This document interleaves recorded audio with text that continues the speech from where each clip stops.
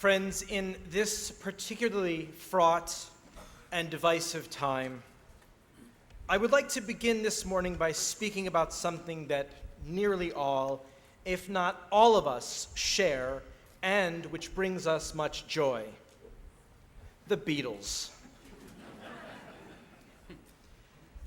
Their music is multifaceted, moving, catchy, and timeless. An affinity for the Beatles transcends age or place of origin. My daughter Naomi, who's 9 years old, already knows several of their songs by heart, and not just the hits, but some of the deep cuts too.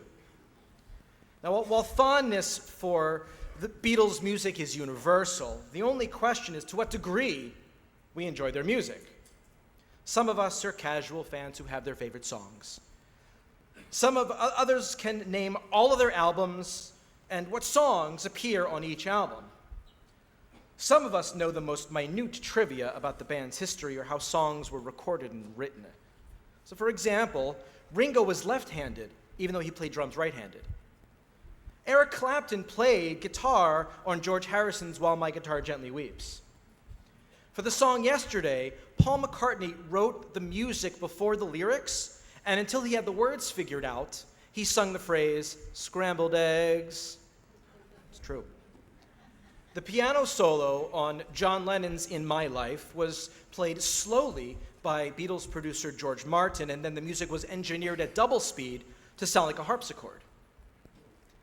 As you can see, some people really enjoy the music of the Beatles.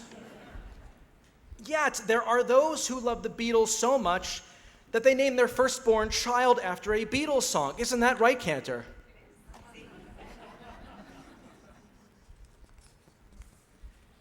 One of the many reasons why the Beatles stand so far and above most other bands and musicians is that each member was a virtuoso in his own right. After the Beatles broke up, each of the Fab Four had their own successful music career. Ringo, at 85 years of age, recently released a new country music album.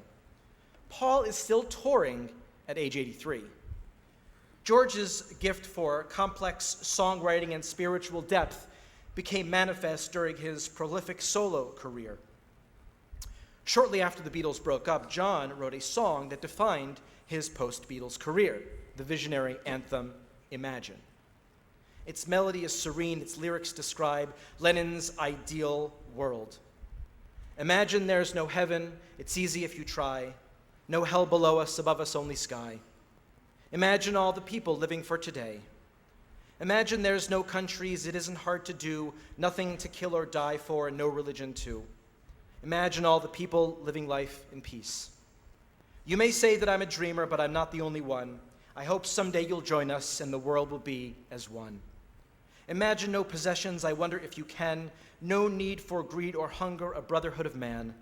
Imagine all the people sharing all the world. You may say that I'm a dreamer, but I am not the only one. I hope someday you'll join us and the world will live as one. By now you're probably humming the lullaby-like tune to yourself in your heads. The words are seemingly so beautiful that we instinctively want to agree with Lennon's simple poetry. They strike our deepest primal chords and resonate with our longing for a better world. And yet, if we really consider the song and understand its implications, something very different reveals itself, both for us as Jews and for all humanity. Now, let me be totally honest with you up front. I do not like this song. Every hope and dream communicated in these few words is supremely un-Jewish. And the overall message is a recipe for a life devoid not only of any Jewishness or Jewish distinctiveness, but also any semblance of human difference. The song's message is one that we should grapple with because it illustrates one of the most important dilemmas facing us today. Let's start at the beginning. Lennon wants us to imagine that there is no heaven or hell, rejecting the Christian framing of the afterlife, which Jews also reject. He is saying that our focus in life shouldn't be scoring points in order that our souls go to some paradise after eternity, after we die, but rather that we should live life in the here and now. And all of this is certainly in agreement with Jewish thought. However, in Christian thought, heaven and hell represent the consequences that result from living by or not living by ethical standards. One way to interpret Lenin's rejection of this idea is that there is no ethical imperative, nothing compelling us or obligating us towards living an ethical life. As we all know, ethical living is at the heart of Jewish tradition. The same goes for teshuvah, the process of recognizing when we fail to act in ethical ways towards others, and then turning back towards being our best selves. These high holy days are filled with messages about personal accountability and that there are consequences for our actions. These expectations originated in God's relationship with Abraham in the book of Genesis, which tells us that God singled out our ancestor to, quote, instruct his children and his household to keep the way of the Eternal One by doing what is just and right, end quote.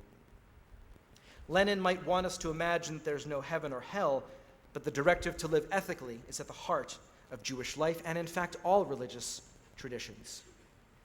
Next, Lenin tells us, imagine all the people living for today. Friends, Jews do not live for today. We are always reflecting about the past and dreaming about the future. Our tradition is filled with stories and legends and symbols and sufferings and achievements which have made us who we are, both as individuals and as a collective. The Bible is our family album. Our holidays are not just celebrations, they are the recreations of the experiences of our ancestors. We carry with us over 3,000 years' worth of stories and practices. And we're always thinking about the future. Our most sacred task is educating a new generation of Jewish children in Jewish living. In our most well-known prayer, we say, "You shall teach them diligently." And our central ritual, the Passover Seder, revolves around telling our foundational story to the next generation. And we're always thinking about the next holiday or life cycle event. Whose house are we going to for Yom Kippur? Who's hosting Seder this year? What are we having for Shabbat? When's your son's bar mitzvah? When's your daughter's wedding? Living for today puts the focus on the self to the detriment of the past and future. At the end of the song, Lenin wants us to imagine a world where we have no possessions, where there's no need for greed or hunger, where we all share the world. Not only is this naive, it is counter to two of the most important and interconnected values in Jewish life: private property and giving tzedakah. If we have nothing of our own, then we have nothing to give others. Rabbi Jonathan Sachs has written, quote, "The privilege of wealth lies not in what it allows us to do for ourselves, but what it enables us to do for others," end quote. Jewish tradition teaches that even the poor must give tzedakah, and throughout our history, every Jewish community had a communal fund to help the needy. To be able to earn a living and build wealth creates personal dignity, and we share that dignity when we give to someone who has less than we do. Having possessions and giving to those in need is a central tenet of Judaism, and one which would be impossible in Lenin's imagined world. Where Lenin really commits his greatest error is in the second verse, where he imagines that there are no countries, no religion, nothing to kill or die for, concluding that this will lead all people to live in peace. For someone who sang so much about love with the Beatles, in these words, Lenin imagines a world where love is absent. Now let me explain. My daughter Ariel, who is 7, sometimes says in her more exuberant moments, "You are the best daddy in the world." Now when she says that, is she relying on some set of facts, evaluating me by a set of controls and categories and comparisons to other fathers? Of course not.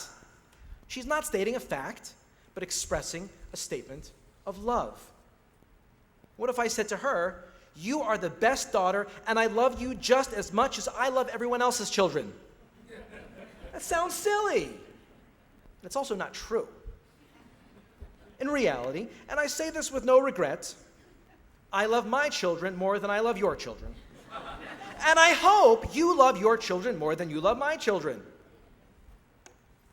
Love is inherently preferential. We know this instinctively, but we rarely articulate it. It is human nature to form special groups to which we feel a stronger connection, a sense of belonging. This is not because we are selfish or chauvinistic or without the ability to appreciate people and things beyond our small group. Rather, it's because we are motivated by preferential love and the communities that are the expression of that love. This kind of love is the essence of human happiness. The names that the Jewish people use to describe itself demonstrate this claim of collective identity and uniqueness. Am Yisrael, the people of Israel. Klal Yisrael, the collective of Israel. Bnei Yisrael, the children of Israel. Beit Yisrael, the house of Israel. All of these are images of family, ethnicity, peoplehood. The Torah is our special guide, and in it we find a God who also distinguishes and loves preferentially.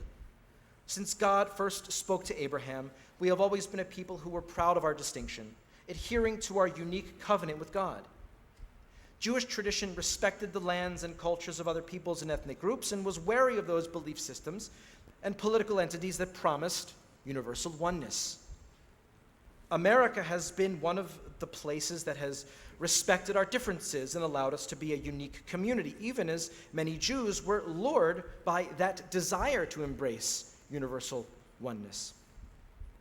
One of the most famous early examples of this was the play The Melting Pot by Israel Zangwill, first performed in 1908. The play portrays the love story between two young Russian immigrants in America. David is an aspiring Jewish composer, and Vera is not only Christian, but also the daughter of the Tsarist officer who directed the pogrom that forced David's family to flee Russia. Despite their cultural differences, love transcends their old world origins. Even as this play was a critical hit, many Jews understood that Zangwill's utopian vision demanded that Jews abandon their identity in the name of progress. This sounds eerily familiar to the state of liberal Judaism in recent years. There was a grand bargain that many American Jews made with the broader culture. If Jews were sufficiently universalist in their views and supported other groups and ideologies with our resources and our voices, then we would be fully woven into the fabric of society. As we know, that illusion was shattered after October 7th, 2023. Many of us came to understand the painful reality that while we imagined ourselves as allies to others, others did not consider themselves allies to us. As our community discovered, loving everyone does not obligate us to anyone.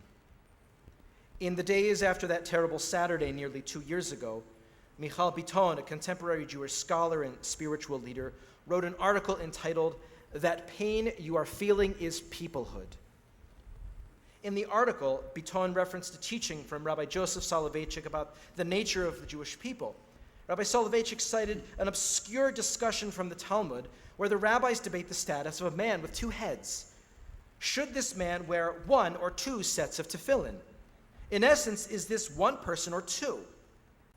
The Rav, as he was known, offered a shocking but profound response, suggesting that the way to determine whether this man is one person or two people is to pour boiling water on one of his heads. If the other screams in pain, then the two-headed man is a single being. If not, then they are two individuals enfolded in one body. This painful test is the test of peoplehood. Referencing a verse from Psalm, Soloveitchik wrote, quote, "So long as there is shared suffering, as in the verse, I am with him in his distress, there is unity," end quote. 2 years later, all of our concerns, pain, and anxieties are still real because we have been reminded what Jewish peoplehood and particularism feels like. Even though Biton wrote these words a mere 4 days after the attack, they are still relevant to us today. She opined, quote, "Our task is to channel this pain into unwavering and committed action, to either join the battle in our own way or to hold up the hands of those who are fighting," end quote. This sentiment resonates with the classic rabbinic teaching, Kol Yisrael Arevim Zeh Bazeh, all Jews are responsible for each other. No matter how engaged or distant a Jew is in their Judaism, we will always feel that pull of peoplehood. To put this in other terms, quoting another famous song, "You can check out any time you like, but you can never leave." The Jewish people have a shared past, a mission in the present, and a vision for the future. And tradition provides us with the most fulfilling, robust, and reassuring answers, especially in this moment when we need them most. This is a lesson that Theodor Herzl learned as he was doing his own imagining. In 1897, Herzl famously wrote a pamphlet called Der Judenstaat, the Jewish State. In it, he described a Jewish homeland in the model of a European-style secular democracy with little Jewish character, as he himself had been raised. In a few short years, he became influenced by other Zionists who were more grounded in Jewish life. This caused Herzl to write a short story called The Menorah, which describes a Jewish artist deeply affected by all of the Jew hatred in the world. The artist began to rediscover his tradition and practice Judaism with great fervor, but it struck him as a paradox. How could the deepening of his commitment to the thing that was hated by others serve to be a remedy for his soul? The story reveals that the artist needed spiritual grounding in the communal tradition that linked him to all other Jews. This is the only thing that could provide what Herzl called spiritual counterpoise to forge a future for the Jewish people in the face of hate. This is our why, and it has sustained our people in the face of the worst trials for thousands of years. Since ancient times, Jews chose to give up their own lives rather than submit to tyranny, oppression, or forced conversion because they preferred to love the Jewish people and our covenant with God. Natan Sharansky tells how his own Jewish identity sustained him in the Soviet Gulag. His non-Jewish fellow prisoners, who were most confident in their own identities, were his strongest partners in resisting their Russian jailers. One of the reasons that Israelis are so optimistic about their future, despite everything they have been through these past 2 years, is that they have a why. Many of the hostages released from captivity shared what Hersh Goldberg Polin would often say before he was murdered. Hersh would quote psychologist and Shoah survivor Viktor Frankl, who wrote, quote, "He who has a why can bear any how," end quote. After her release, Agam Berger said, quote, "I learned as my forebears did that imprisonment can't overwhelm the inner spiritual life. Our faith and covenant with God, the story we remember on Passover, is more powerful than any cruel captor. Even as Hamas tried to coerce me into converting to Islam, at times forcing a hijab on my head, they couldn't take my soul," end quote. Fellow hostage Liri Albag fashioned a Haggadah out of whatever materials she could find in captivity, and she and Berger marked the Passover Seder together. Aner Shapira, whose parents I met on a trip to Israel in January 2024, and who was best friends with Hersh Goldberg Polin, had a why, which motivated him to act in the face of impending death. In a bomb shelter beside Hersh, Aner hurled 7 live grenades back at the terrorists before the 8th took his life. He died saving his friends and strangers because he knew he was a part of something greater than himself. Each of these brave men and women loved life. They loved their own lives, their families, and the Jewish people and state so much that they were willing to die for them and even possibly kill for them. This rightly contradicts Lenin's message. We should be able to act with the commitment of those facing the worst of circumstances, because the wish that there is nothing to kill or die for also means that there is nothing to live for. Jewish peoplehood and a commitment to robust Jewish living are the precise counterpoint to John Lennon. We must have a why, because we are bearing and may well continue to bear many hows. The entire Jewish narrative itself is under assault, and our moment calls for us to put our story first so that we make sure others hear it from us instead of some skewed version from more nefarious places. I have more to say about that on Yom Kippur. The best response to anti-Semitism is not to hide our Jewishness, but to make a deeper investment in Jewish learning and Jewish life, choosing to raise children who know who they are and why it matters. We must teach and exhibit that our differences are not something to repress, but something to protect and display with pride. This wish should be for all peoples. We need good tribalism because a healthy commitment to community, connectedness, and history anchors us while also inspiring us to build a better world. Ultimately, this is tribalism without triumphalism, affiliation without closed-mindedness, peoplehood without ethnocentrism. This kind of love, this preferential love, extends outward in concentric circles: our family, our friends, our communities, our cities, and further. It is by means of the love we have for those in our closest circles that we learn to love others who are farther away. When we immerse ourselves in love of family, friends, and people, we can understand how others love their own families and friends, allowing us to take the leap and apply that love to those whom we do not know or have no claim on us. We will not be living life in peace by subsuming our identities, but by being so committed to our own cause, by speaking out and sounding our own shofar in the larger orchestra of American society, proclaiming ourselves learned, proud, and practicing Jews, that we understand the motivations and music of others. You may say I'm a dreamer, but I'm not the only one. This has been the Jewish dream of the future since our earliest times.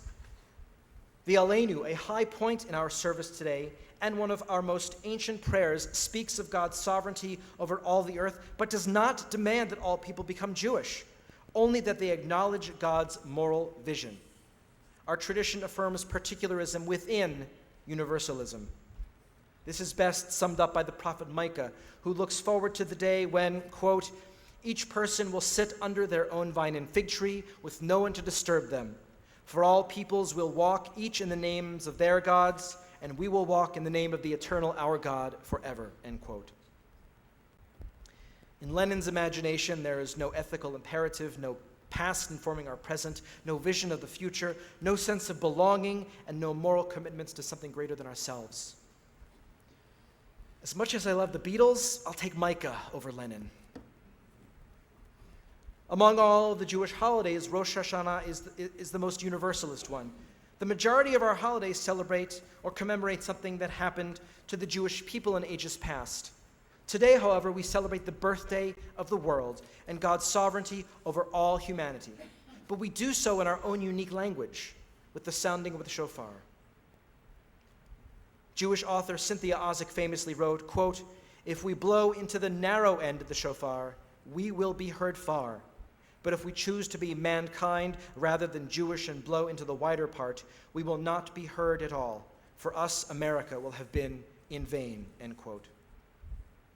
As we begin the new year, let us recommit to our identity and our people, love and celebrate what is unique about being Jewish, and speak out with the clarion call of the shofar when we face the challenges that lie ahead.